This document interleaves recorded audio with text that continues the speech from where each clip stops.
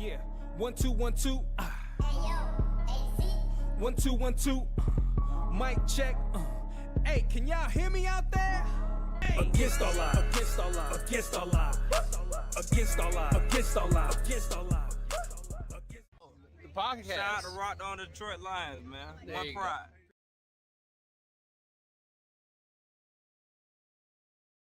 All right, good morning, everybody. Sorry about being so late today. It's been one of those nights, but welcome into the Rise and Grind Morning Show. We have a special guest that is with us right now that we're going to bring in here momentarily, and he's from the Bears Kingdom and across the pond over there. So we're going to talk about the NFC North, what he thinks about his Bears team, what he thinks about the NFC North as a whole. But hopefully, you guys have good audio this morning, and we're getting things fixed. It's been an absolute nightmare with Roadcaster, and I apologize that the last week or so has just been really tough. I hate saying I'm sorry. I really do. I have no problem saying it.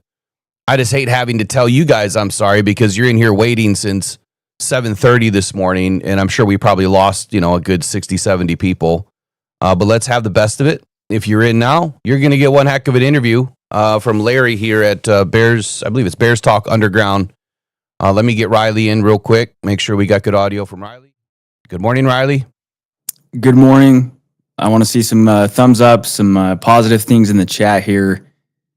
I'll tell you what, man, these audio gremlins, they are giving everything they have towards Will. But you know what Will's done? He says, we're going to bite their kneecaps. We're going to come up. We're going to take the other kneecap off and just be persistent with it. So hopefully we sound pretty good here this morning. It's definitely been interesting.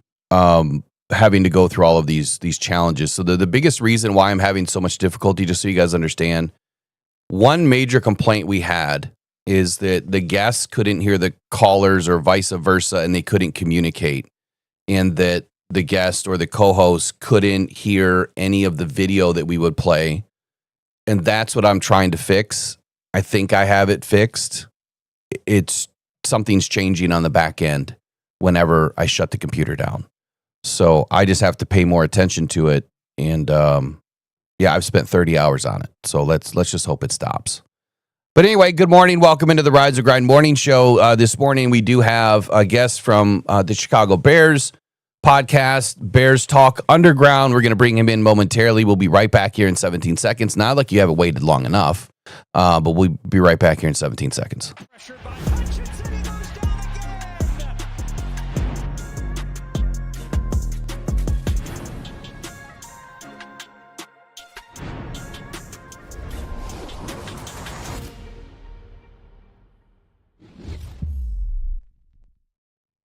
All right, gentlemen, good morning. Larry on my left, I guess, to you guys. Maybe on my right. I don't even know. Good morning, Larry. Tell us a little bit about you, your podcast, and floor is yours. What's going on, guys? Thanks for having me. Bears Talk Underground. I've been doing it since 2007. I've had some of my listeners tell me that it's my fault that we've been so terrible because I started the podcast the year after we went to Super Bowl 41. We've only had two playoff, well, three. I never count.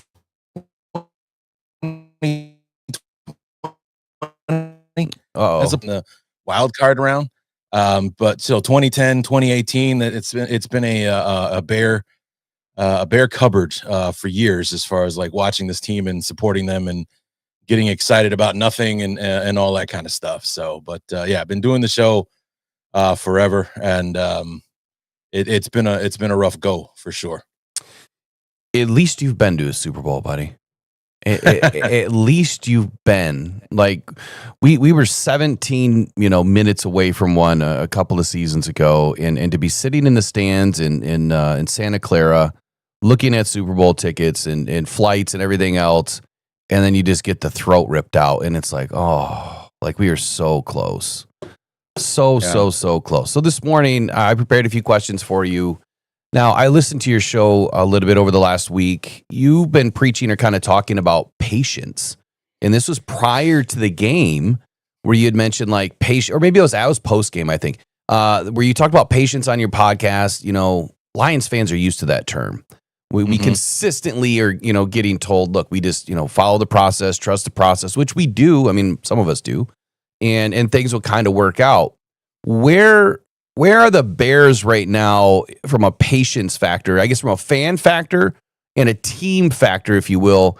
Like, where do you think it's kind of going? And then I guess give us your thoughts when you heard Ben Johnson was going to be the head coach. How much more patient were you going to be? Well, to start with that, everyone was super excited that we got Ben Johnson because it's the first time in a very long time, or maybe even the first time ever, that the Bears went out and got the guy that everybody wanted. Johnson was highly pursued. He was the number one coaching candidate for a couple of coaching cycles before he finally allowed himself to be hired. And wanted to be with Chicago. He wanted to be, in Chicago. His family loved Chicago. He wanted to be with the Bears and everything. That does not happen. Usually the first question every Bear fan asks when we've selected our new head coach was, who?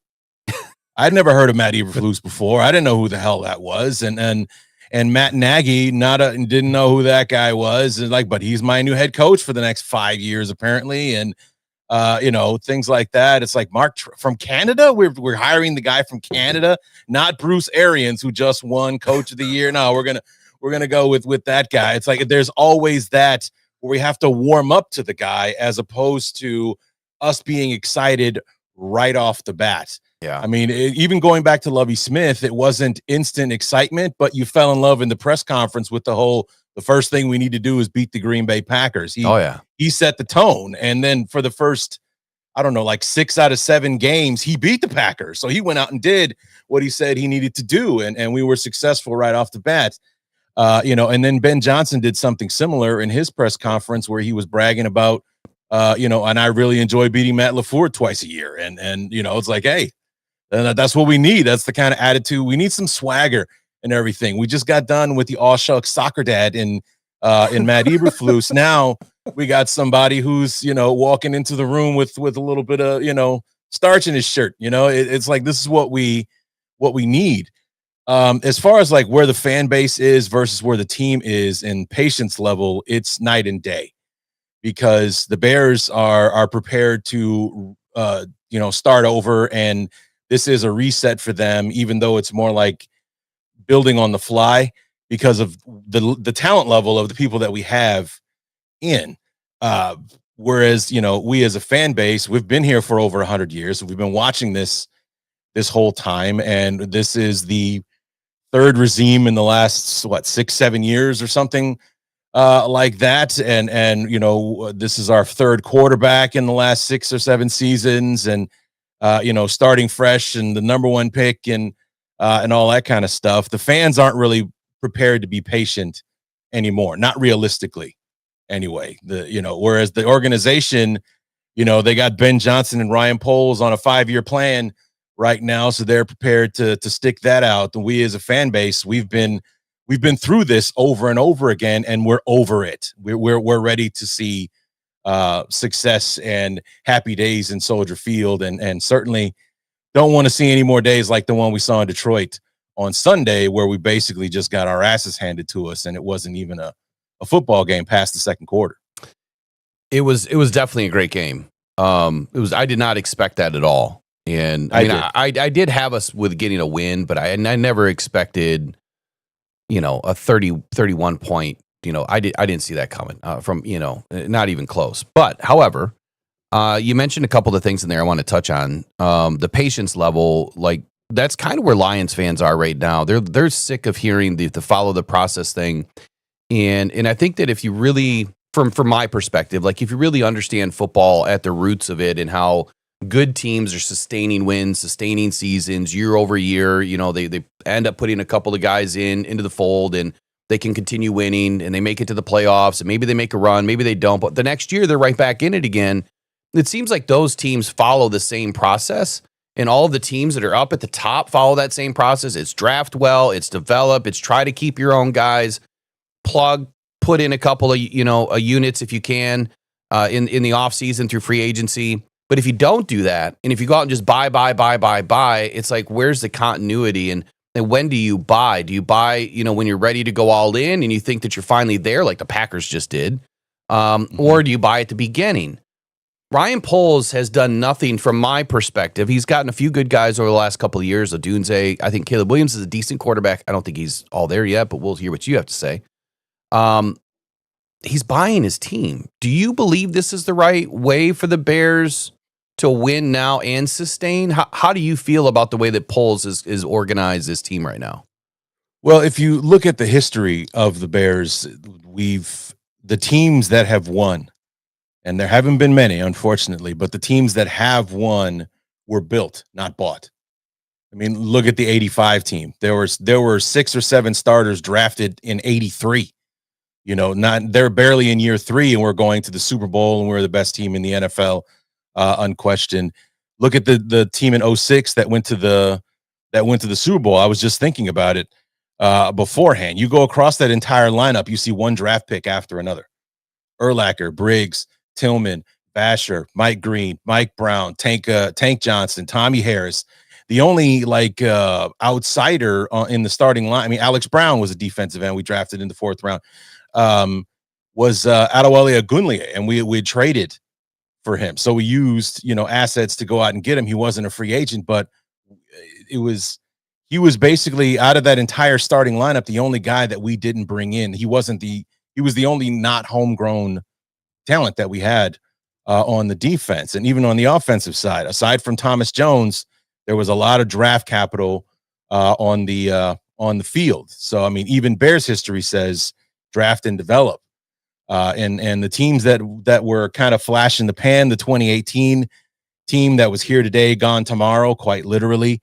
The first thing that we did was we went out and got our Micah Parsons and Khalil Mack. Yeah. An 11th hour deal right before the start of the season.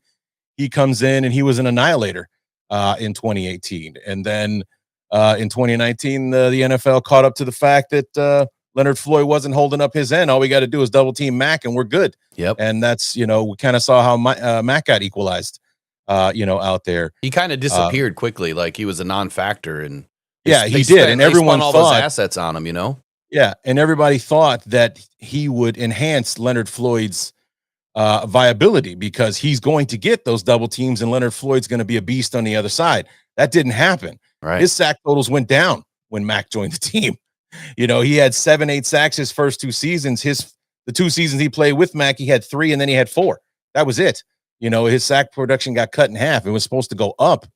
And then, of course, he leaves the Bears and becomes awesome, and he's been a journeyman. He's still playing right now, so in year 10 of his career. But just suffered a major. Didn't he just have a broken arm over the weekend or something? He shattered his arm. I just found out yesterday he was playing for the Falcons, and I didn't know if he was, because he's bounced around. He's been the 1-year journeyman for the last several years now. So ever since he left the Rams. I'm glad you just brought up kind of this amazing athlete that joins a team. It costs a bunch of money. Your team has to spend a bunch of assets. So this wasn't on the question list today, but I am curious how you feel about this.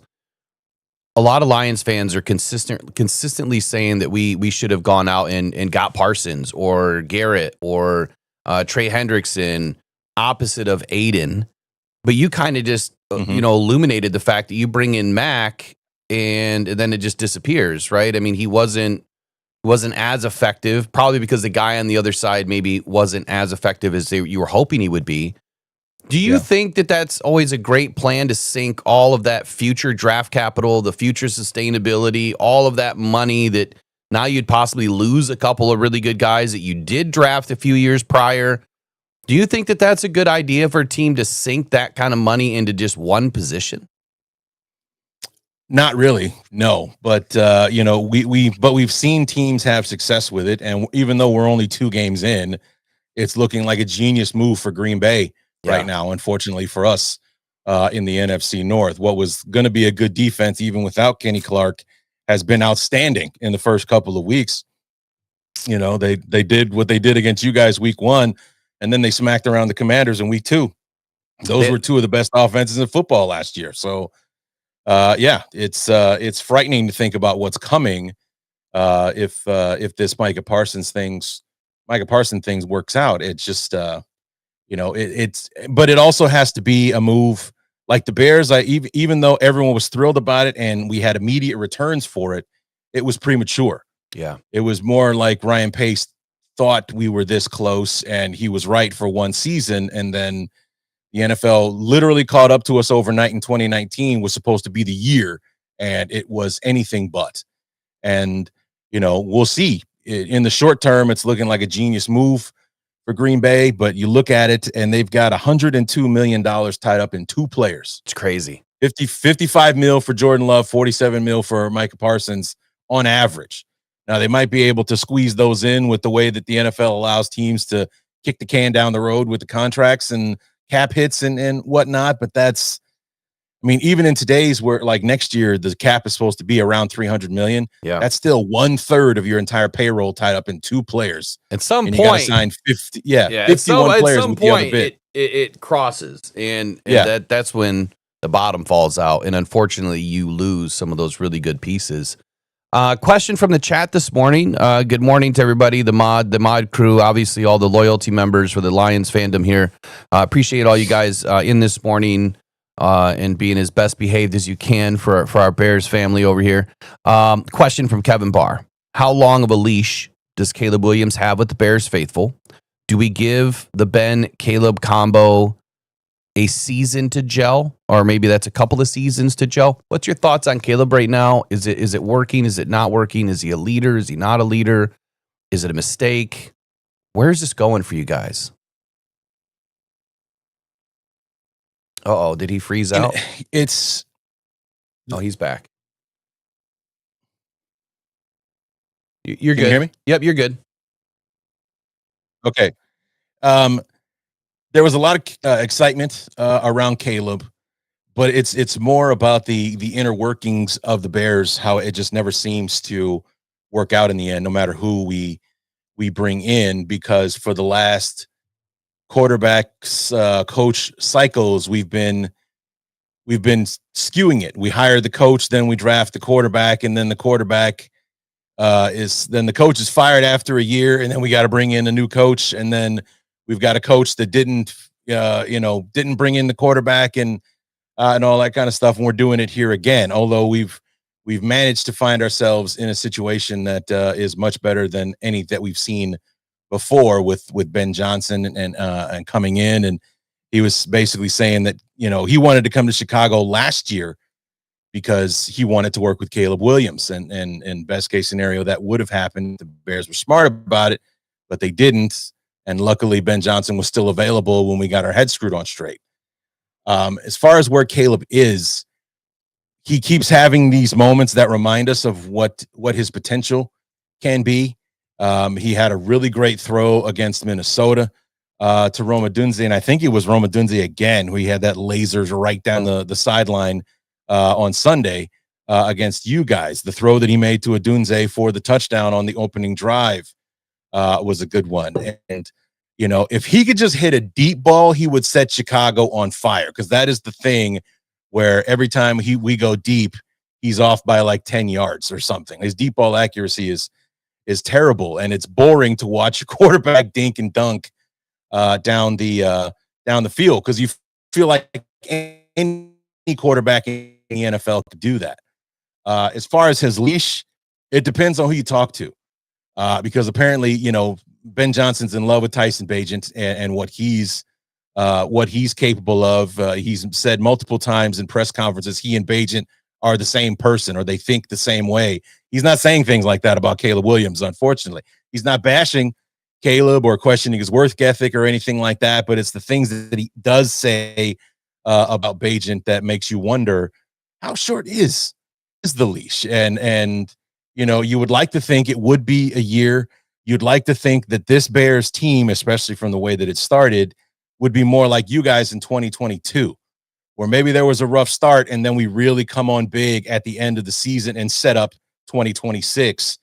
You guys started 1-6 in 2022, tore like hell through the back half of the schedule and almost made the playoffs that year. You guys would have been the playoff team nobody wanted to face, winning 8 out of the last 9 or 9 out of the last 10, whatever it was, to make it to the playoffs, and you just barely came up short. And then, the last 2 years have happened as according to plan. And so I was like, if we have to suffer through a 2022 or the first 7 weeks where it's just terrible looking football and it just clicks in the second half of the season, then so be it. But if Caleb's not the reason we're losing, I think is the reason why the leash is probably a little bit longer than most Bear fans would like for it to be right now.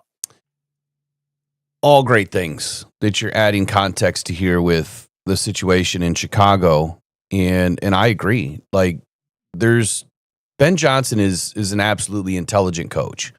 I don't think he's the whole reason why Jared Goff had his success. I think it was a culmination of coaches and in the way that the organization is built and the way that Jared Goff does his business. But if there's one thing that we know about Ben Johnson is he is a very intelligent coach, and he will, if given time and given his pieces, I think that he will build something over there. I do believe it does hinge on Caleb Williams. And one of the things that I notice about Caleb is the inaccuracy. I'll say he's spraying buckshot on certain days because it's just not going where you would expect the ball to go. It's going in the dirt too much. It's too far left or too far right. And I've never expected that from him. He's got a cannon for an arm. Yeah. He has great mobility, can put himself in a great position to actually deliver a good football. He just doesn't set his feet. He's like scattered, scrambled, and then just throws the football as opposed to just taking that quarter second just to turn your feet and deliver a good ball. If Ben can figure that out, Caleb's going to be fine. But right now, it's getting that figured out. Yeah, I think it also has to do a little bit more with trust in the offensive line, which is something that the Bears went through great pains to try to improve this year. Because if you remember, his last year at USC was a swinging gate of an offensive line. He was running for his life the entire time. And then last year, the offensive line for the Bears was an absolute joke. Yeah, it was absolutely abysmal. And so his last 2 seasons, he's been constantly running for his life. He's been trying to hang on to the ball and win the game with every throw kind of thing. There's a lot to unlearn there. And, he's got to get used to not being under constant fire. And would also help if we weren't playing teams that had awesome pass rushes. So we're playing the Cowboys this weekend, who don't have Micah Parsons anymore. So maybe Caleb will be able to settle down a little bit. I mean, if Russell Wilson and Malik Neighbors can put 40 points or 37 points on the Cowboys, imagine what the Bears and everything that we have could do in a perfect situation. So I'm hoping that this is our get right game offensively. I don't know about defensively because Dak and company put up 40 points this weekend on a really good defensive front for the Giants. So we'll see. Beat them boys, man. Beat them boys. Riley has a question for you. Yeah, I wanted to ask you because it's kind of an interesting thing when you look at just the timeline, and you've talked about it, right, where the best Bears teams in the past have been built, not bought. Well, they dumped how much money on that offensive line for the very reason that you just talked about this offseason. So you get the head coach that everybody wants.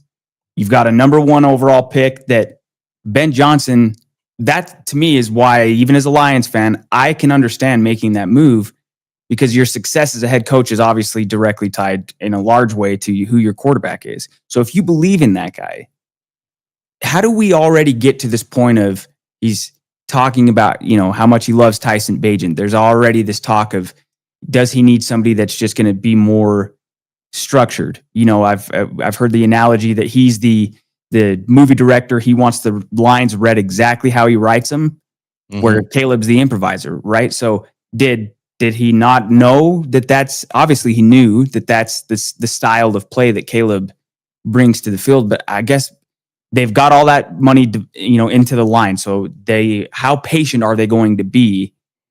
Do you think that they will have the answer about Caleb Williams by the end of this season, I guess is my question.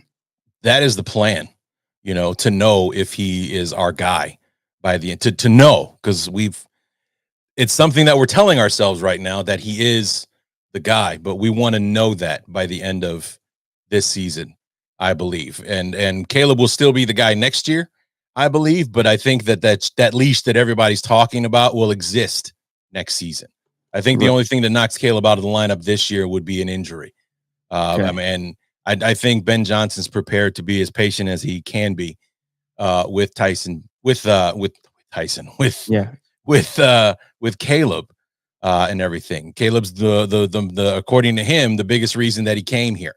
And, it would have been the reason why he'd left you guys before last season, as opposed to waiting this year to do it. So it's I don't know, man. We'll see a bit. I think that this year is all about finding out if he is the guy and building through. And like I said, we're not losing because of Caleb. It's just that we're also not winning because of Caleb either. There's not a lot going on where you're saying, well, Caleb's doing what he needs to do. It's the defense that's letting us down. It's more like we're at the very least having these moments where it's like, good God, Caleb, he just got to put it right there, man. He was open and things like that. So like in at the end of the Vikings game, he had DJ Moore wide open for a touchdown at the end that would have saved us like a minute of clock time, and he sailed it over his head. You wonder who the hell he was throwing the football to. It's like, man, he was wide open, dude. You just got to put it there. And instead it took us another few plays, another 40 seconds off the clock, and Minnesota was able to drain it down, and we couldn't do anything to try to salvage that game. So yeah, it's those kinds of things that need to start clicking. And I mean, Bear fans have already lost their patience with the way that it's playing, because we're not losing, we're getting killed out there. The fourth quarter and then all 4 quarters of this game, 5 quarters of defense and 73 points. It's that's no bueno.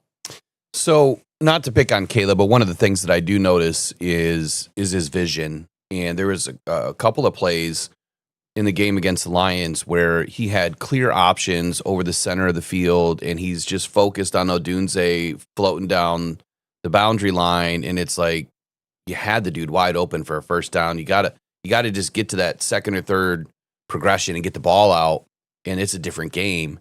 He was looking for home runs or no runs is what it looked like to me, and he wasn't even getting any pressure. Like, we only brought pressure on like 9 plays.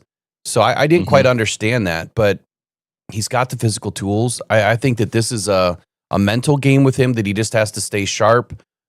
Smiling on the sideline maybe didn't look great. As optics, from your teammates, you should probably be over there a little pissed off that you're losing.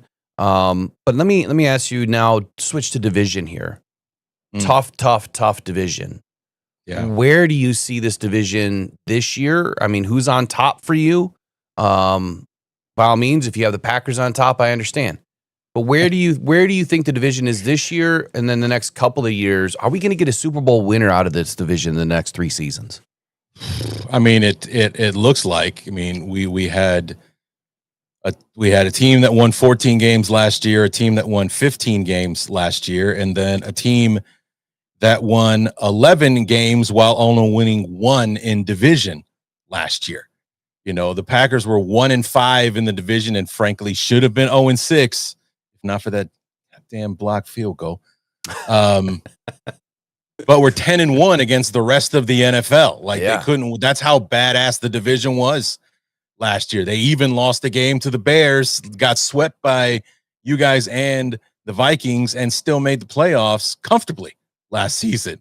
So, and then they added Micah Parsons to what they already had, and Green Bay's that team that traditionally builds and doesn't buy.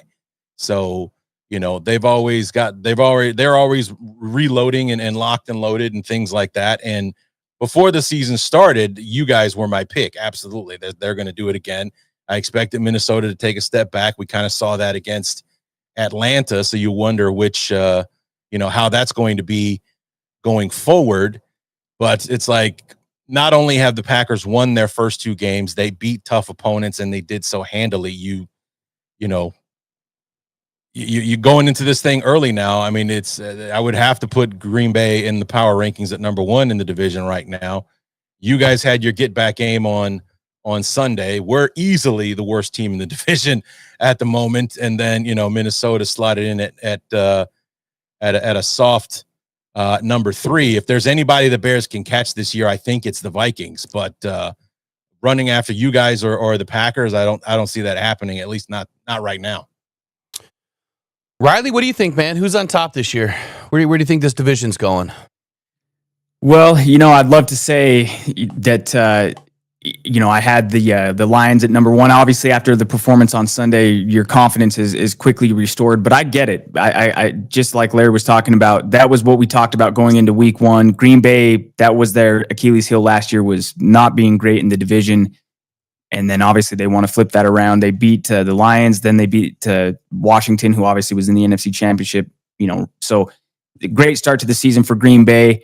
I don't fear Green Bay, I respect them, but I am looking forward to Thanksgiving to try to get our lick back against those guys there. But yeah, man, I think I'll say Green Bay, Detroit, Minnesota, Chicago. So I guess that's the exact order that you had that there, Larry. Right? Yeah. Yep. So, I guess overall thoughts on the team and division, you've given us that. Anything else that you want to dive into today? Feel free. I guess my last question is, and you kind of touched on it earlier, is this a multi-year thing for the Bears? You said that they had 5 years with Poles and Ben. I got to tell you personally, I don't really like Poles' way of building the team. I'm not saying that just because of the way the Lions are doing it through the draft. I do believe building through the draft is always the right way. But do you think that they can sustain this, the way that they're going out and spending this kind of money on players that are free agents? A lot of them are a little bit older. Do you think they can sustain that? Do you think this is more of a multi-year thing? And I guess really the last thing is, anything else that you want to add today, man? I think Ryan Poles is being painted into a Ryan Pace type corner. They both came in with the philosophy of building through the draft, because I remember famously Ryan Pace came in his introductory press conference. He was saying that he wanted to model after the Packers. He's like, they've got 47 guys on their roster right now, and 46 of them have only ever played for the Green Bay Packers. And that's what we want to have. We want to have a roster full of our guys that have only been with us, that we've been building from day one. And Ryan Poles says the same thing. Now, unfortunately for Ryan Poles, that has been more of the thing for him, thanks to having the number one pick to trade away. So he was able to get more assets and draft more guys and things like that. And we got DJ Moore on the back end of that deal, which was what had me excited about that trade. But, he's being backed into a corner because he's not hitting on these picks. We cut 2 of our draft picks from 2023 this at the roster cuts. We cut Zach Pickens, a defensive tackle we drafted in the 3rd round. Tyler Scott, a wide receiver we drafted in the 4th. They're off, and we didn't even bring them back on the practice squad. They're off looking for work somewhere else now. So those are the kinds of things. And then I listened to the Hogan Johns podcast here, in the Chicago area, and one of the guys can't stop harping on the fact that we drafted 3 guys in the 2nd round. Luther Burden was the only one that played on Sunday, 0 receptions or 2 targets, 1 reception, something like that. Colston Loveland, no picks or no catches in the game. And then our other 2 picks in the 2nd round were healthy scratches on Sunday. It's like, how are we supposed to, draft and develop these guys if you don't even have them on the field on Sunday?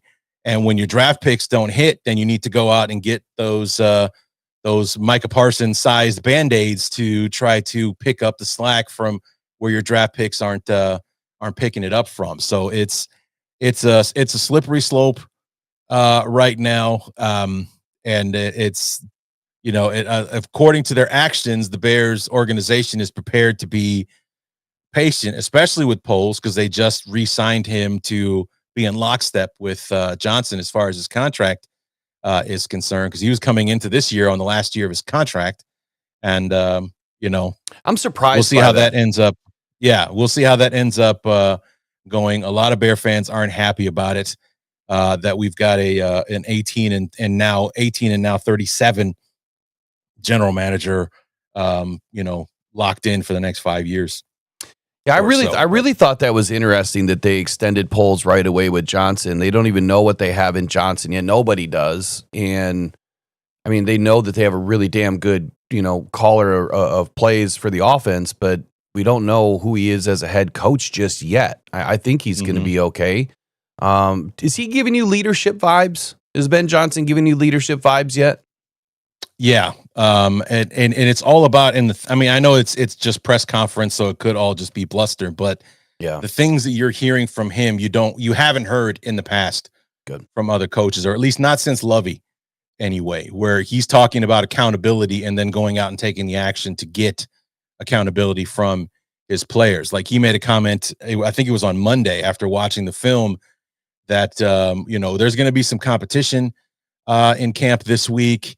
We're watching everything. We're watching what the guys aren't doing when they don't have, or watching what the guys are doing when they don't have the ball in their hands. Are they getting downfield? Are they trying to secure blocks? Are they doing something?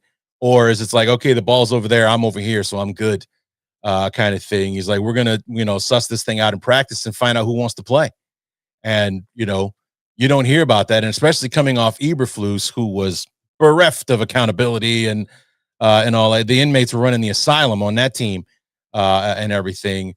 To hear it from Ben Johnson and to see him putting into action a plan to actually find out who wants to play and get those guys on the field, I feel like is what got Dan Campbell and the Lions where you guys are today. You went out and found out who's giving the effort, who is out, who should be out there regardless of their paycheck or their draft position. We're going to put the guys that want to be out there on the field.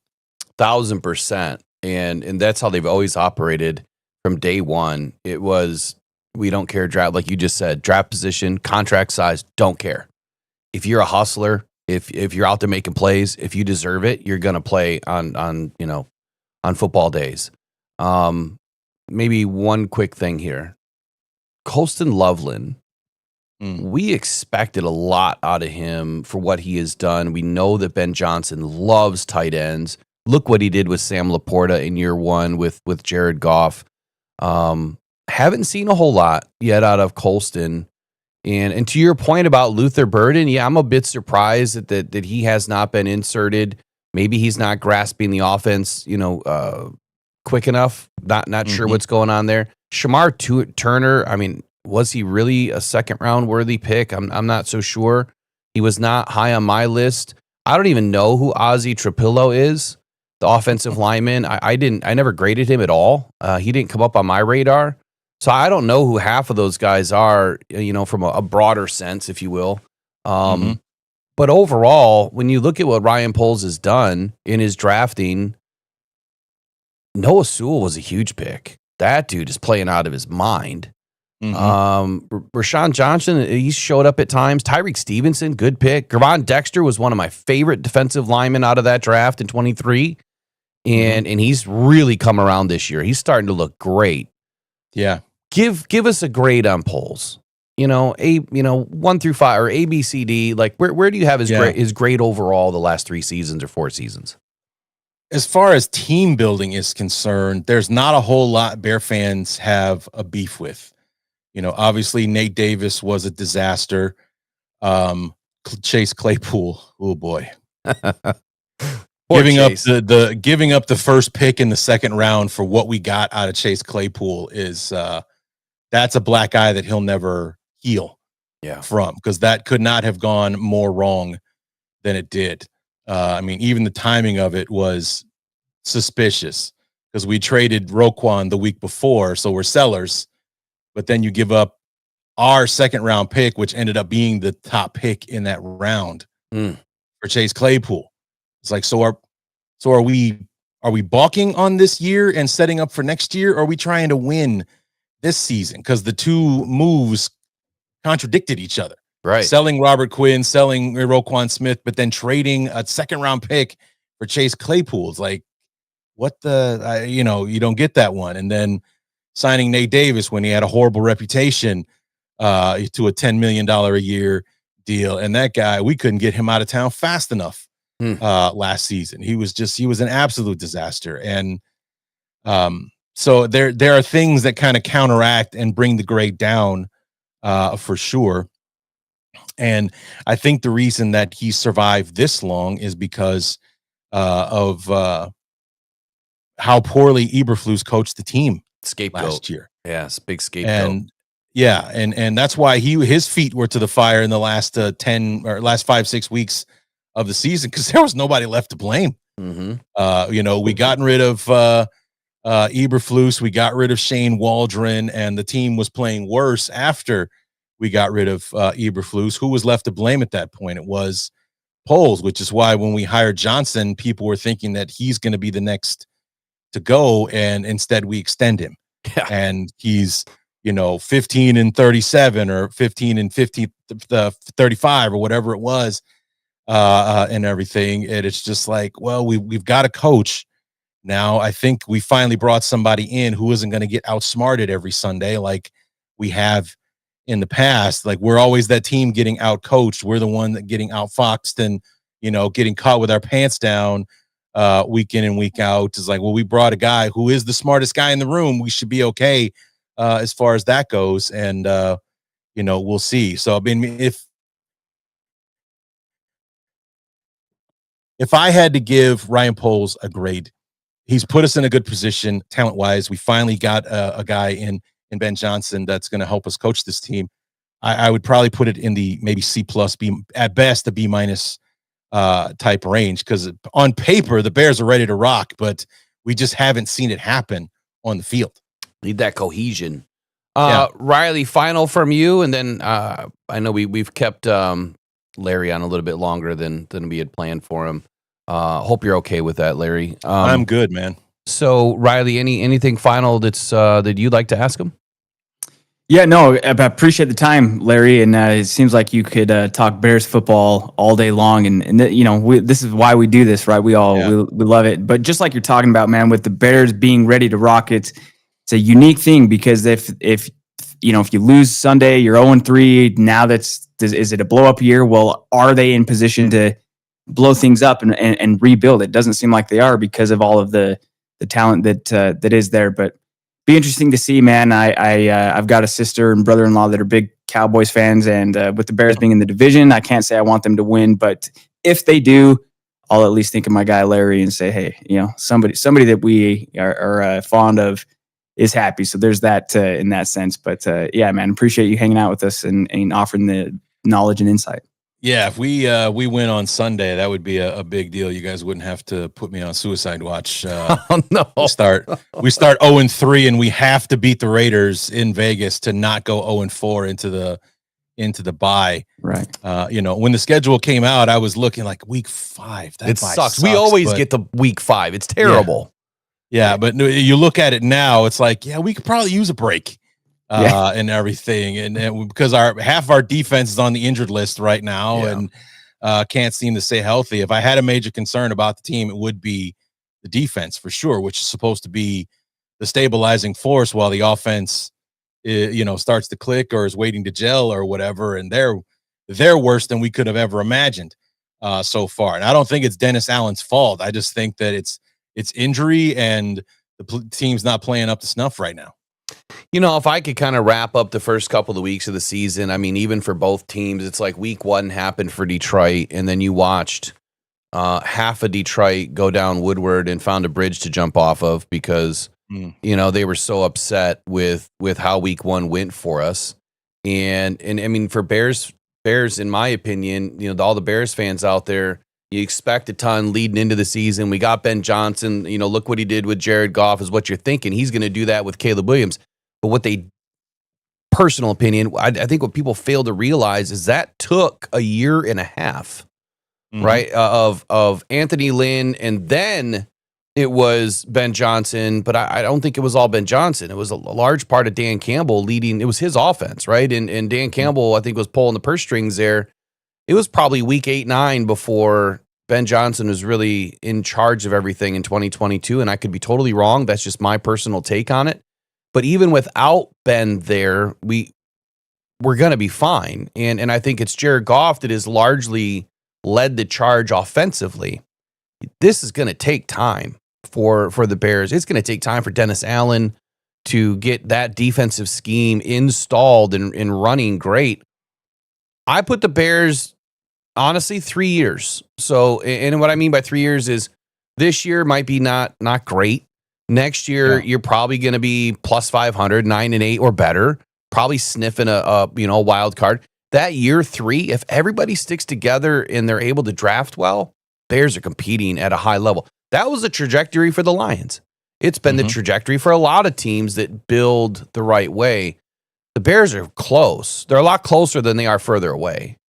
Yeah, which is why I think that we're more in 2022 Detroit Lion mode versus 2021 Lion mode, where it was like 0-11-1 before you finally beat the Vikings that towards the end of the season, because we're not just, the cupboard's not bare talent wise, and that's why I think we're more in 2022 mode, where it's going to be a rough start, but somewhere around mid-season it's going to start clicking and we'll start competing. Because I don't think Bear fans really are all that surprised that we lost the first two games. I think that they're devastated over the fact we got murdered in those two games. Yeah, the fourth quarter, giving up a 3-score lead to the Vikings and watching them just take it away. And it's the second coming with JJ McCarthy, and only to watch him fall flat on his face Sunday Night Football against the Vikings. That just made it worse. And then watching the Lions, who couldn't get anything going offensively against the Packers, put a 50 burger on us.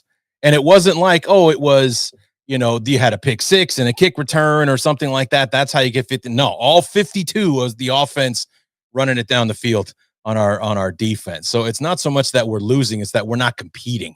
And that's what if the wins weren't going to come, we at least wanted to see the Bears fighting to the very end, being, a couple of plays away from winning this game or that one, kind of thing. And that's not happening. We got pre-snap penalties. We're one step forward, two steps back with all of our progress on the field on game day. We did get one sack on Jared Goff, but it was erased because of a defensive penalty on Sunday, one that would have knocked you guys out of field goal range and all that kind of stuff. Instead, there was a foul on the Bears, and we just slowed down the touchdown drive as opposed to actually stopping it. So it's those things that have to stop as well. And you can already see that that's driving Ben Johnson nuts. Like, he can't stand these mental mistakes and things like that we're making, which kind of makes you feel good that he is going to get that nipped in the butt. Week 18, we meet again. If you got this, pegged for your team, it sounds like it's going to be a much more competitive game in week 18. I'm kind of hoping that we don't have to play anybody in week 18 personally. Yeah. Not that Dan Campbell has ever rested anyone, because he really doesn't. But the first time I've ever seen it happen really was against the Bears this weekend. He finally took some players out, and you just don't see that. So especially this early, when you're expecting these guys to get a few extra reps to keep the conditioning high. Man, great having you on. Absolute pleasure. I love your podcast. You do such a great job. And look, I'm new to all this. Only been doing it a couple of seasons now, so I really like the energy that you bring and how great it sounds, man. It's good stuff. So make sure you guys all check out. Well, you tell us, Larry, where can they find you and listen to you? Bears Talk Underground, everywhere that you get a podcast. I'm sure you throw it in the search bar, it'll come up, because God knows it's not going to pop up on its own. So like I said, been doing the show since 2007, been podcasting since before the word existed. It's awesome, we man. were still calling them radio shows back in 2004 when I did my first show. So we were calling them radio shows back then. So I will say that shows. It's funny because with Will just saying, I'm new to this, and then with you, doing it before the word podcast exists. I love it because you both sound like you've done it for a long time. But for Larry, it shows, man. You're very knowledgeable and well spoken. So for what that's worth.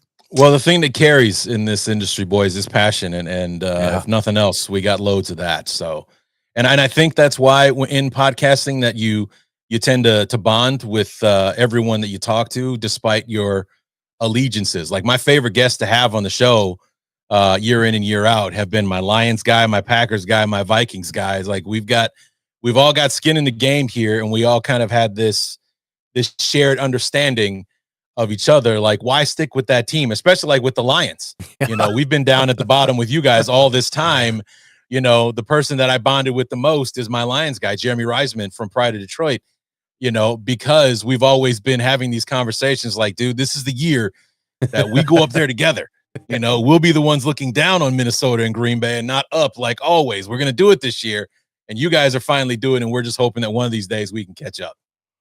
I'm sure you will be, man. And I'd love to see you back here, getting closer to week 18, or maybe we jump back in and do kind of an NFC North roundup or something. But always a pleasure to reach across the aisle, man. And look, across the pond, Chicago Bears Underground. Larry, appreciate you, buddy. Have a good day, man.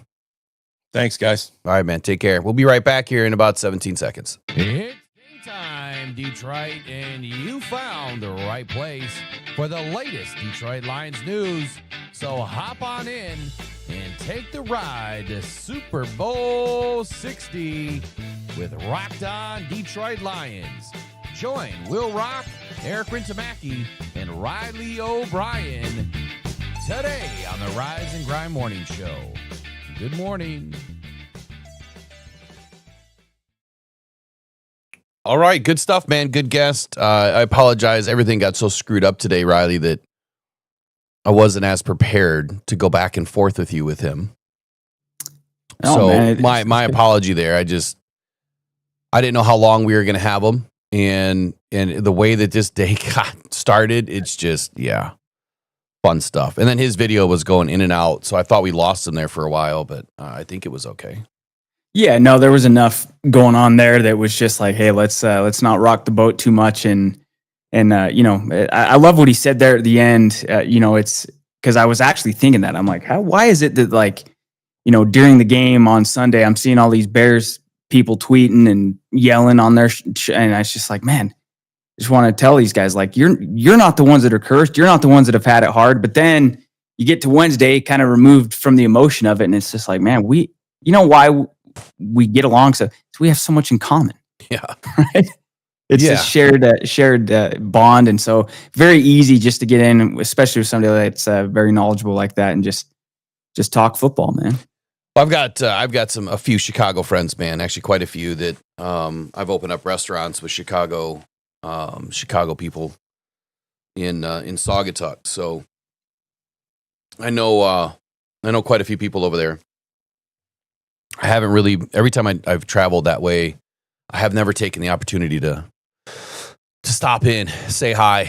You know what I mean? And I have to do that because I hate losing touch with people, but I love Chicago. I love getting out there. There's nothing better than hitting a Chicago on a Saturday afternoon, man, walking through the streets of Chicago and all the good food. I don't care for Chicago deep dish. I don't. Too much bread for me, but there's nothing better, man, than getting a great steak in Chicago. There's some really good restaurants over there.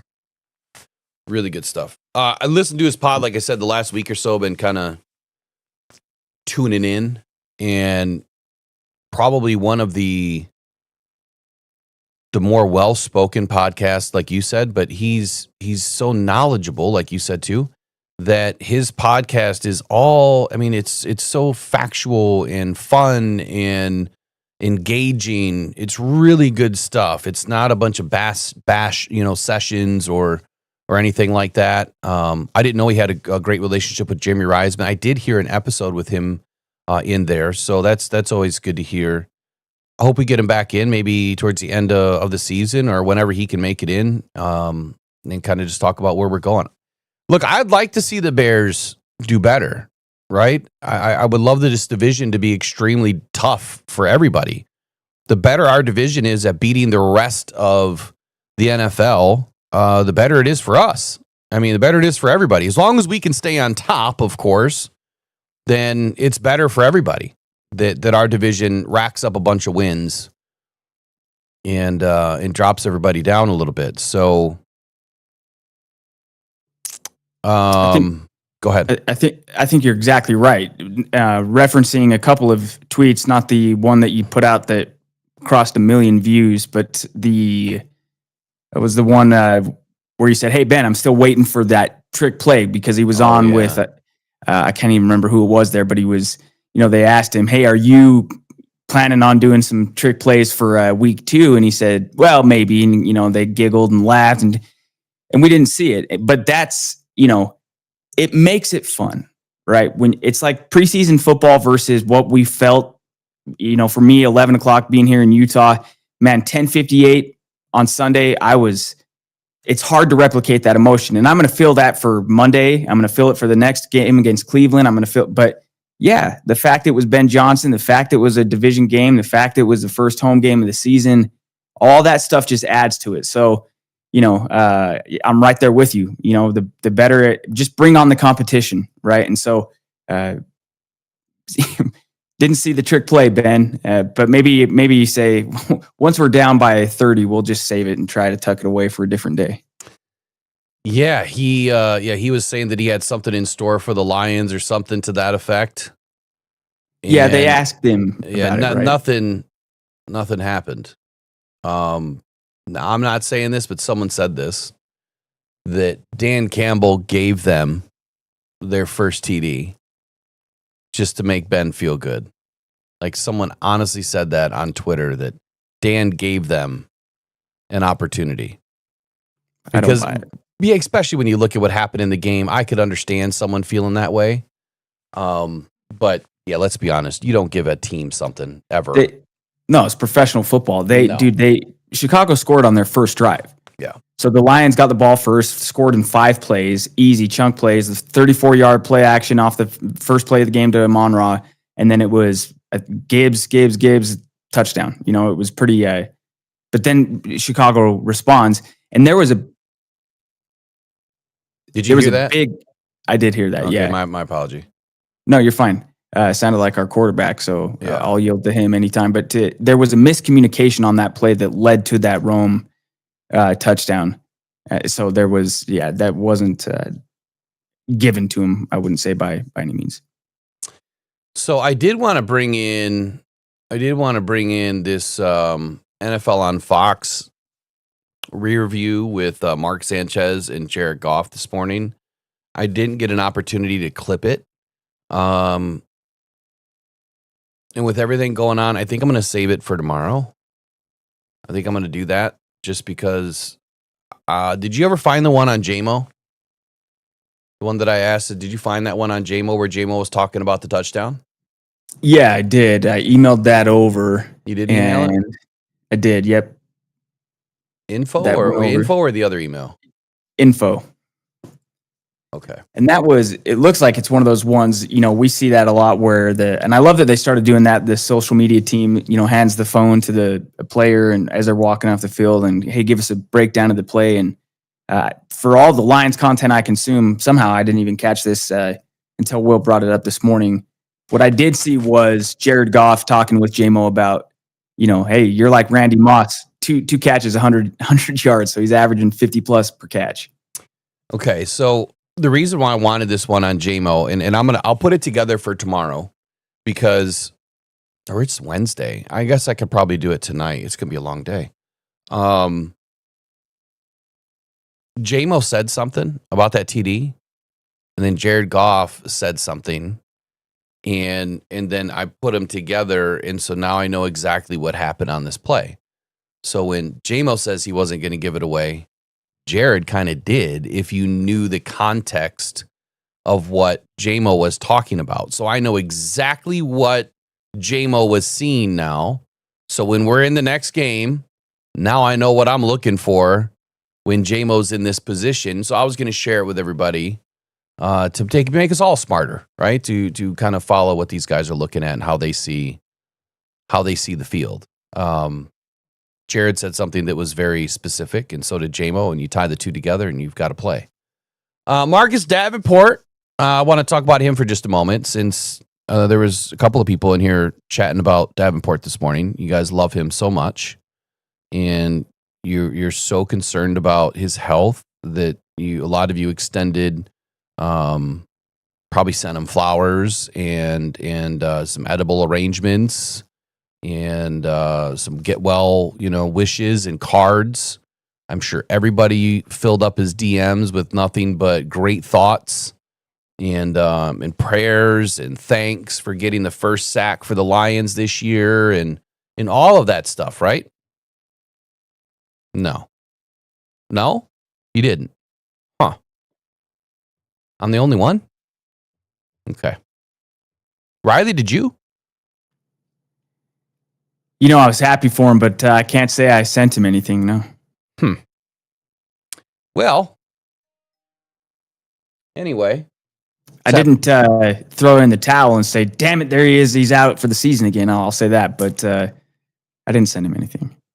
All right, so here's the deal. Marcus, when he landed on that elbow, right? So when we were doing the review the other night, I pulled in the play and I said, it just doesn't look like this was a play that would cause a major injury at all. And the more I kept thinking about it, and I looked at it a couple more times, I was looking at how that, was it the elbow that he was going to have a problem with, or was it going to be the shoulder, right? Well, now we've heard it's the shoulder. A couple days ago, we heard it's the shoulder. They were waiting on getting more information about the shoulder. And when Dan said that at the press conference that they're getting a second opinion, like the world, of Detroit Lions just melted down saying, oh, see, he's done for the year. Not necessarily. Right? So you might be getting a second opinion to just validate that there is nothing wrong.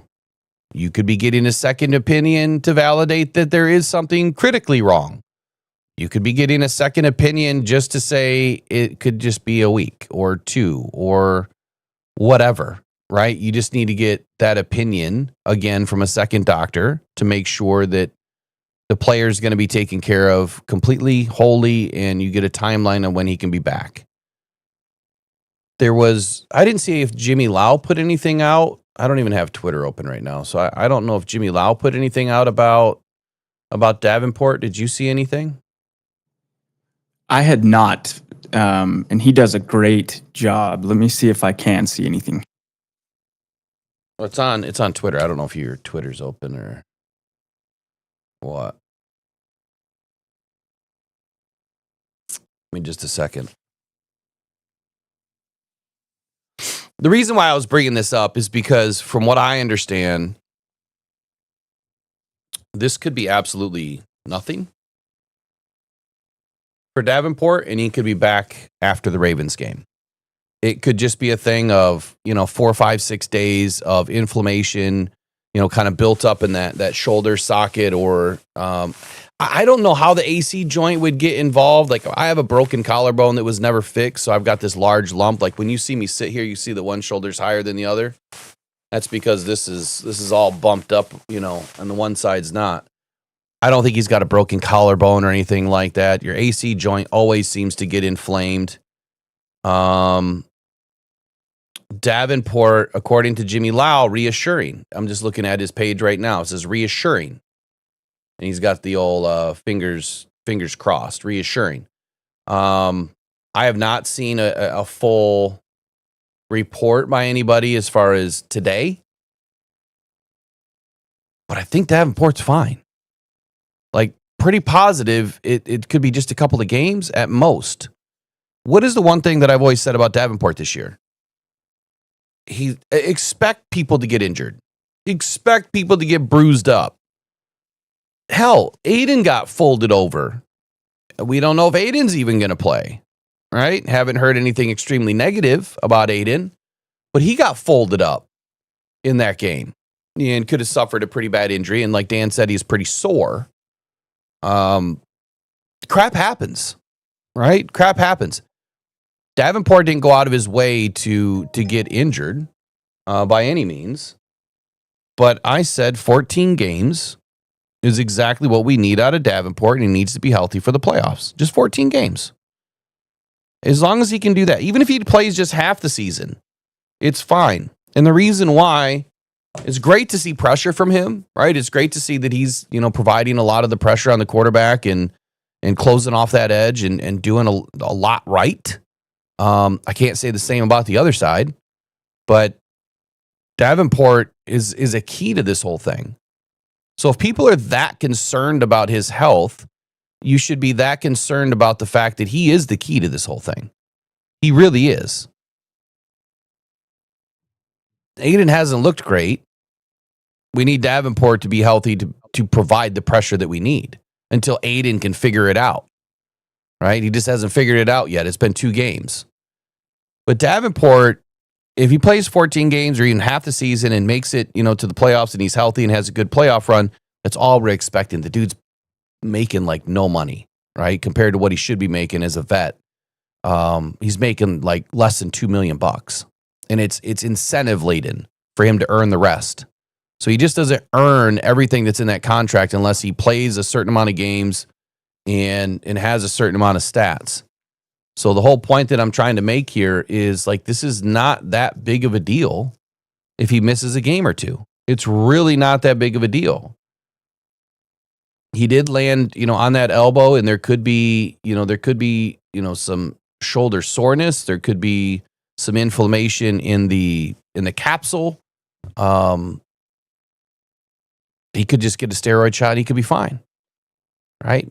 He had some ice on it. He was moving it around, right? You saw him moving it. Him moving it around, that's great to see, because that tells me no separated shoulder. Immediately tells, because if you're able to move your shoulder and finish a game, there's no way it's separated. Because if it was separated, you're not playing the rest of the game. That to me tells me he was better than worse. I think he's just banged up, right? Landed awkward. He's just banged up. Thoughts? Yeah, we saw, in the locker room after the game, he was asked about it, and obviously it wasn't too surprising to see that he was pretty coy about it. And I don't know. I feel like if it were clear that he was out for the year, I think we'd probably have a pretty good idea that was going to be the case by now. And so, yeah, I mean, that's what it's a war of attrition, right? It's a marathon, not a sprint. And, if he's going to be out a game or two, that's all right. But yeah, for anybody that feels there's any type of angst about it, well, you must then be able to identify the value that he brings to the team. Otherwise it wouldn't be a big deal, especially again as you've been pointing out. And I'm not agreeing with it just because I'm on the show with you. I'm agreeing with it because it's a fact and it makes sense to me. The value that he brings outweighs the money that he's making. Yes, it does. I just read something by Art Vandelay in here. He says Davenport equals a McDonald's ice cream machine that is always out of order. Oh, it's crazy. I guess, look, we should be equally as upset as, at anybody else that gets injured, right? I mean, his time as a Lion is the only thing that matters.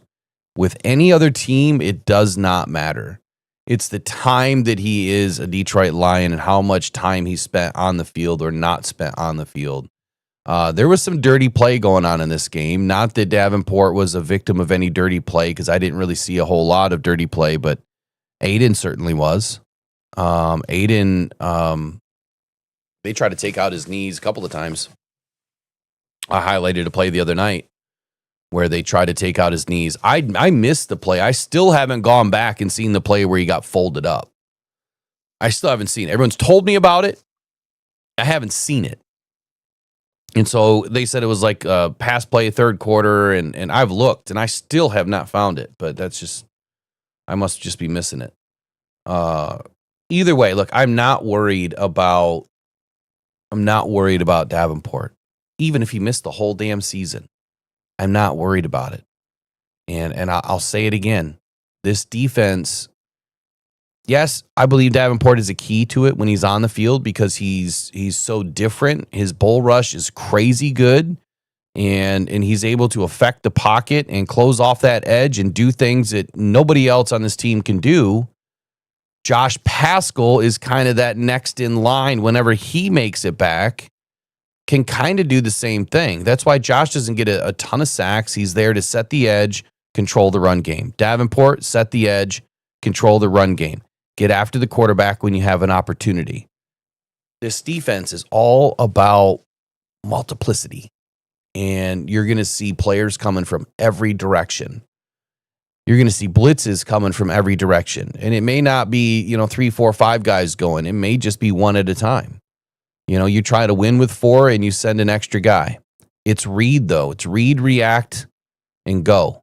Like if you can read the play and you're free and you don't have to worry about taking someone downfield in coverage, get after the quarterback. I just heard some weird feedback. Did you hear that? I did not. You don't have anything playing in the background over there for you? Nope. It's weird because I heard it last night too. And this is like weird. I heard myself talking to myself, but it was not what I was saying on the show. It's not what I was saying at all. It was like totally something else. That's what's weird about it. And it comes in for just a quick few seconds and then it disappears. Yeah, I'm not hearing anything. And hopefully they don't hear anything out there. It's just weird, man, the way that this routing is set up. Okay. Didn't really have a ton else today because we had spent the whole day trying to fix this, which, you know what? I'm going to wake up tomorrow and hope to God it's good. I'm just going to have to get up extra early. By the way, Chicken Nugget King was supposed to be on today, but because everything failed this morning, he waited. He was on time. He was in there. He was ready to rock and roll, and it didn't happen. So my apologies to him. Really wanted to get him on this morning, and it didn't happen. So it looks like he doesn't hate me, and he'll be able to come back on Friday. So we'll roll with him on Friday. Riley, what else did you want to talk about? We missed all of the Riley. It's the NFL 30 and 30. That's what we're calling it, right? NFL 30 and 30. You know, I think your idea was even a little bit better. 30 at 30. The NFL 30 at 30. Right. Okay. See, I slept, so I forgot everything that I said. Yes. So we missed all of them. Let's do at least one of them. This was supposed to be the 8:30 NFL 30 at 30. It's going to be a new segment that we cover every day, is to kind of get you guys up to speed on what's going on around the league in like 30 seconds. So we'll be back in 15 seconds, and we're going to get the Riley 30 at 30, or the NFL 30 at 30. It's game time, Detroit, and you found the right place for the latest Detroit Lions news. So hop on in and take the ride to Super Bowl 60 with Rocked On Detroit Lions. Join Will Rock, Eric Rintamaki, and Riley O'Brien today on the Rise and Grind Morning Show.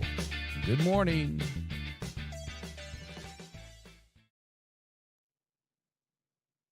All right, guys, it is the Rocked On Detroit Lions NFL 30 at 30. Dolphins head coach Mike McDaniel views short week to prepare for Bills after loss as a blessing. Now, they've got to go play Buffalo this week. I don't know that having to go play Josh Allen and the Buffalo Bills is a blessing, but here's what McDaniel said, quote, Thursday night games after a loss, they can be a blessing because you have no time to think about anything else. And quite literally, I can paint a picture that I think that the team is understanding is that every moment that you spend thinking about anything but the opponent is going to serve you in the worst. So Miami head coach Mike McDaniel thinks that they will be better served having to play Buffalo on a quick turnaround. And then in Washington, the Washington Commanders have signed veteran pass rusher Preston Smith. Insiders Mike Garafalo, Tom Pelissero, and Ian Rappaport all reported on Wednesday. The team later announced the news. Smith played for Washington from 2015 to 2018 after being drafted by the franchise in the second round of the 2015 draft. So he makes his return to the Washington Commanders. That is our quick NFL 30 at 30.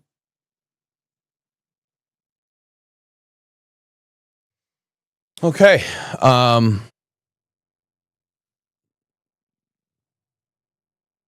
All right, I think my audio is just really off, man.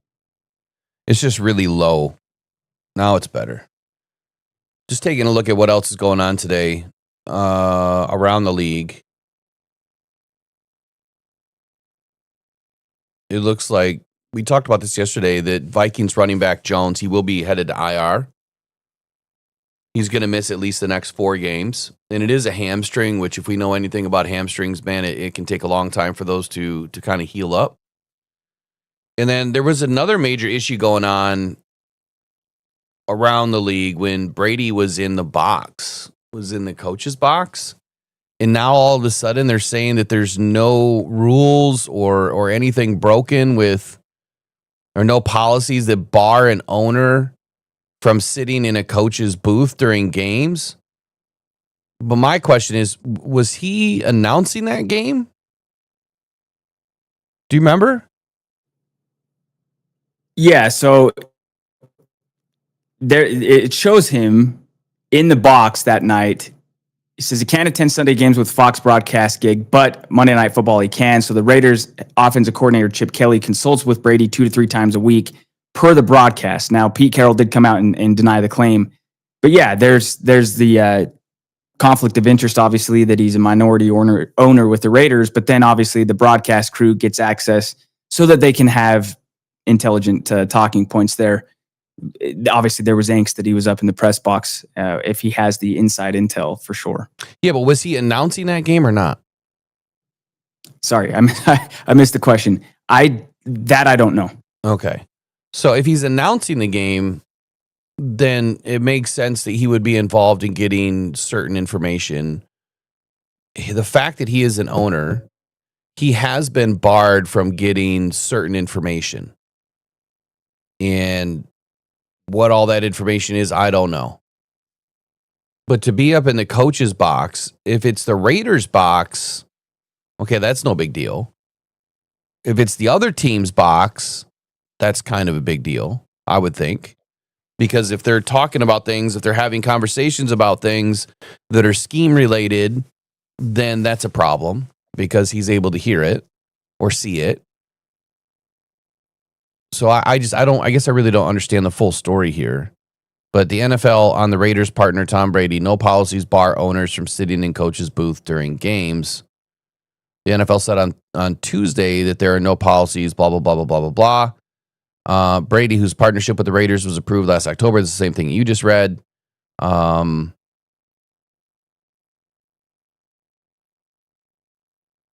I don't get it, man. I don't see anything in here that speaks to him really doing anything wrong, but I guess the optics is the biggest problem here. Is how does it look?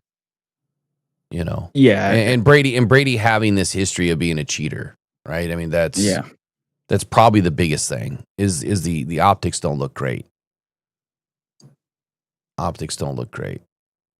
Yeah, and it just seems to me like one of these things is like, well, surely it's not like they had a production meeting and then they, one of the coaches is like, all right, guys, just so you know, so you can kind of talk about it knowledgeably. So-and-so's hurt. He's doing, and then they look up and then realize, wait, Tom Brady's in this room and we got to play the Raiders next week.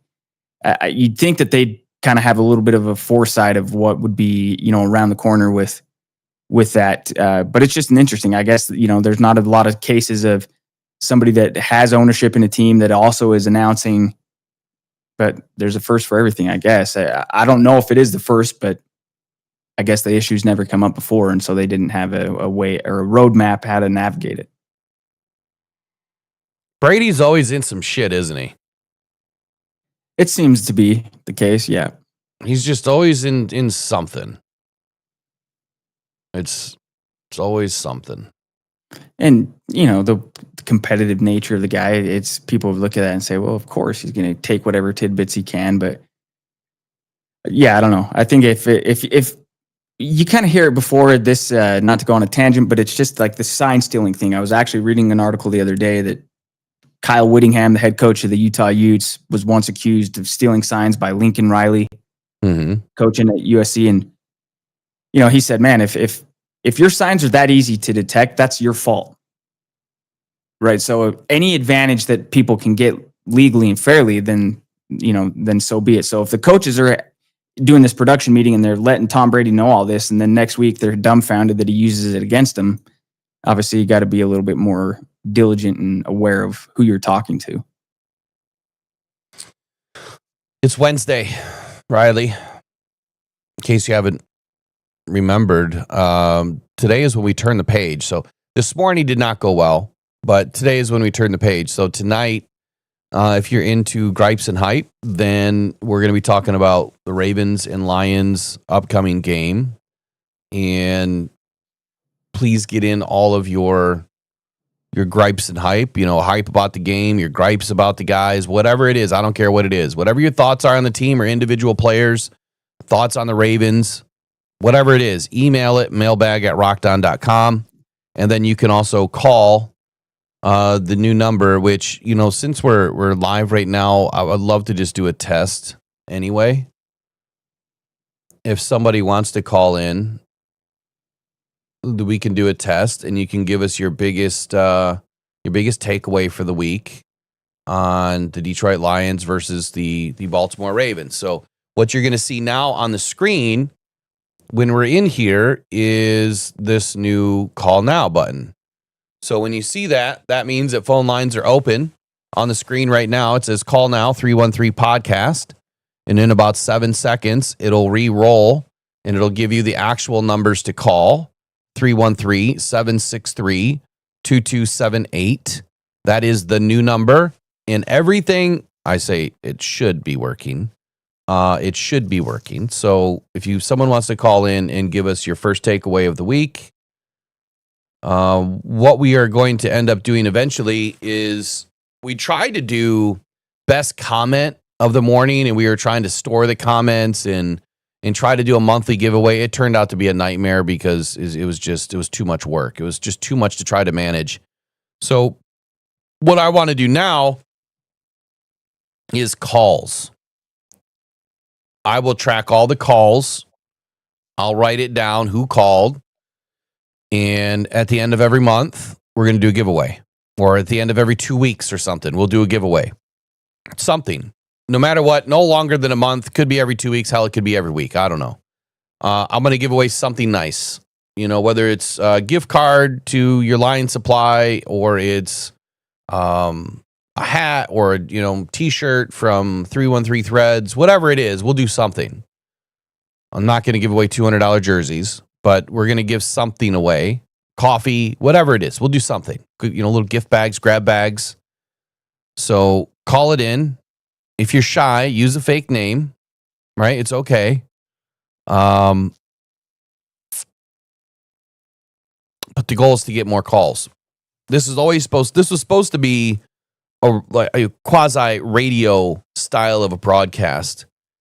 And now that we're into it for the season, I would definitely like to dedicate multiple times, either throughout the morning show or, from 10 to 11, or I'll start it from 7 to 8. I don't know. At some point, we got to get more calls in.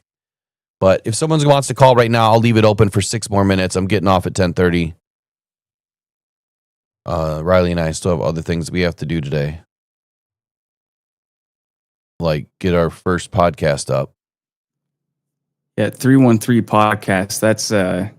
That's about as ideal as it gets. The shoe fits. Yeah, it's really hard to get numbers like that. I couldn't believe it was available. There was a couple of other numbers that I wanted to lock down, but they wanted like 10 grand. I'm like, yeah, I'm not spending $10,000 on a phone number. Sorry. Not happening. While we're waiting on a call, if someone does want to call, let's give you a couple of insights to kind of get us kicked off for the Ravens. In 3 seasons, the Detroit Lions quarterback, Jared Goff, has used play action 29.2% of the time in the last 3 seasons. It's the 3rd highest rate among all quarterbacks. Someone's calling the wrong podcast number. You've got to call the number that is on the screen. Oh, maybe not. All right, we do have a caller on now. Oh, then they hung up. But somehow it got rerouted to my phone. Oh, here we go. All right, now we got you on. This is Rockdown Detroit Lions. Who do we have? Oh, you've got background noise on.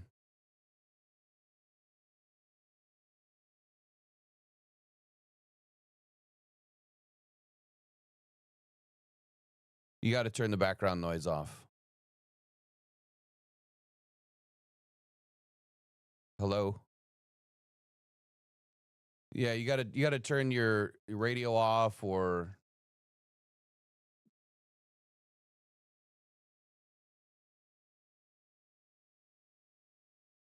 I'm not sure who's calling. There we go.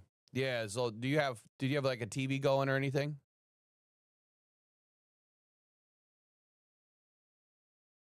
There you go.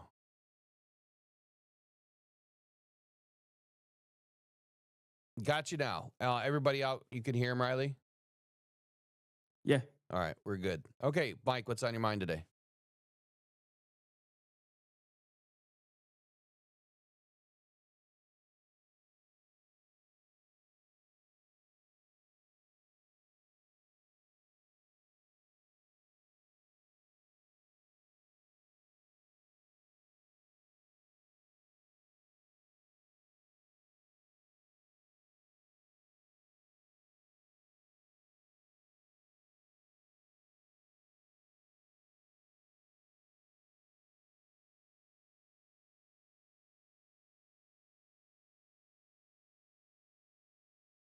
Smartest thing he's done in years. Yeah, Mike, give me 1 sec and I'll answer that. Give me 1 sec.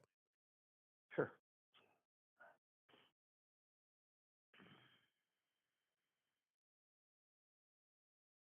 Okay, so everybody missed the question because the routing was not correct, but we got the routing now. Okay, Not a so problem. yeah, no, I'll repeat what you said. So Mike Powell's in with us this morning.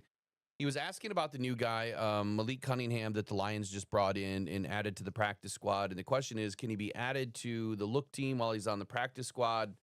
And the way that I understand it, yes, Mike, that all the players that are on the full roster can practice. They can all practice together. So by adding him to the practice squad, and he doesn't have to be on the full-time roster. I did a video about him the other day. It's a super smart move. And I love this move, is kind of what I said the other night, because he's known, like his tag name is poor man's Lamar Jackson. That's how people have referred to him, because he has good wheels, right? He's a dual threat quarterback. He has a good arm, but he has not succeeded in the NFL from a quarterback's, standing. He transitioned to be a wide receiver, so he's learned the other side, right, to become a wide receiver. He presents a lot of opportunity for the Lions to use him in a look team to kind of be that Lamar Jackson during practice this week. Kyle Allen is mobile, but he's not a Malik Cunningham mobile. If you're going to put somebody else back there and you don't bring in another quarterback to help you out with this stuff, I mean, you'd end up having to use like Jahmyr Gibbs or Jameson Williams. You'd have to use somebody back there to kind of mimic Lamar Jackson.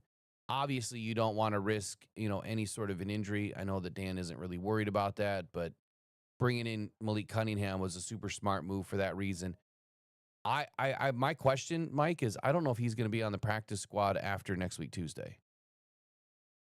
This might have just been a move to bring him in, and then he's gone. Mm-hmm. Now we do have that rule, right? That we can have three quarterbacks, and at present time we don't have a third quarterback. Correct? Is that correct? Okay, so if I heard you correctly, you were asking about the 3 quarterback rule. Right, and we don't presently have the third quarterback on our practice squad at this point, right? I didn't think so. The last I knew, we just had Kyle Allen and Jared Goff.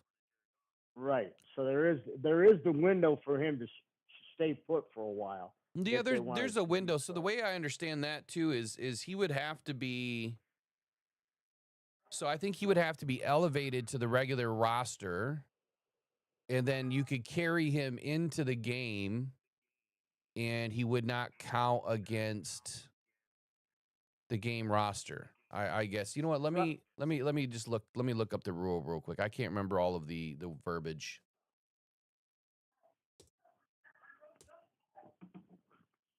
I think you're right, but better to get the facts. I didn't hear the question. You can't hear Mike now? Yeah, but that's all right. The chat, so everyone out on YouTube can, but you can't. Yeah. Okay, so we're back to that again. Yep. Yeah, it's lovely, isn't it? All right, so here's the core eligibility rule. It's just when I call. It only happens when I call. Will. No, You know it's that. no. We've just got a major problem going on over here with routing, because I've got such a sophisticated routing setup to try to do all of these different things, and it's a pain in the ass. So here's the issue. It's eligibility. The team may designate one emergency third quarterback on game day. The roster requirement is that quarterback must be on the 53-man roster, not the practice squad. So activation conditions, the emergency quarterback can only enter the game if both the active quarterbacks are injured or disqualified. So it would have to be Jared Goff goes in, goes out, and then Kyle Allen goes in, goes out, and then the emergency quarterback can go in. So you'd have to be on the 53, which I don't see that happening. I mean, I don't. Right. There's no way we're gonna put a third quarterback up. The NFL did try to allow unlimited practice squad elevations for emergency quarterbacks. I think that was voted down this last year. But the teams can still carry 3 quarterbacks on the 53 if they want, for emergency coverage. That's the quick version. That's the quick understanding. So he's probably going to be practice squad unless there's something wrong with Kyle Allen. I haven't heard of any injury to Kyle Allen. I think he's exactly what I think he is. He's just our look quarterback. Well, then I got another question just to throw a little caveat at that. Sure. So was that the case last year when we brought up? Now I'm forgetting his name. Teddy Bridgewater. Yeah, there we go. So Teddy was. I'd have to go back and look. I can't remember if he was added as just a practice squad elevation or if he was added to the 53. He might have just been a practice squad elevation. Okay. I'd have to go back and look though. It's a just good, curious. Yeah, no, it's a good question. So, all right, buddy. Well, I just testing it for you. You said call and test. That's what I did. Thanks, Mike. I appreciate it. Listening. All right, bud. All right, take care. See you later. Bye. Bye. All right, so Riley, you couldn't hear anything. No, not after Just the me. first. Yeah. We can fix that after. Yeah. That's not a problem. I can try to fix that anyway. Okay, anything you want to run into? Let's get out of here. Yeah, I think we pushed through, and appreciate everybody sticking around again this morning, and hopefully we'll be back just at the regular start time tomorrow. Go have a good Wednesday, everybody. Yeah, you guys enjoy your Wednesday. We'll be back tonight. At least I will be back tonight for Gripes and Hype mailbag at rockdown.com. You can text the show if you would like to send in your text. Here, I'll throw the number back on the screen. It's 313-PODCAST. It does not get any easier than that. 313-PODCAST. And looks like we've got some new subscribers in the house this morning. 313-763-2278. 313-763-2278. That's the number for 313-PODCAST. Brent Lighton says, Will, did you mention Lamar is 38-2 against the NFC? No, I didn't mention that. He'll be 38-3 after Monday. That's the only thing I care about. Look, this is going to be a tough game. There's no doubt about it. It's going to be an extremely tough game. But we're going to talk more about that tonight, and then more about that tomorrow, and Friday is when we're going to break it wide open and discuss it all. I'm looking for tickets right now. I'm going to try to make this game. There's no guarantees. And if I don't, well, then I'll be right back here on Monday night doing a stream. So you guys enjoy the rest of your Wednesday. We'll see you tonight, probably right around 6-ish or so. Just look for the thumbnail. Go Detroit Lions. Love you guys. Appreciate you guys. You guys are the best part being a Detroit Lions fan. We get to do what we do because of you. So thank you. Appreciate you. See ya. Pressured by Hutchinson, he goes down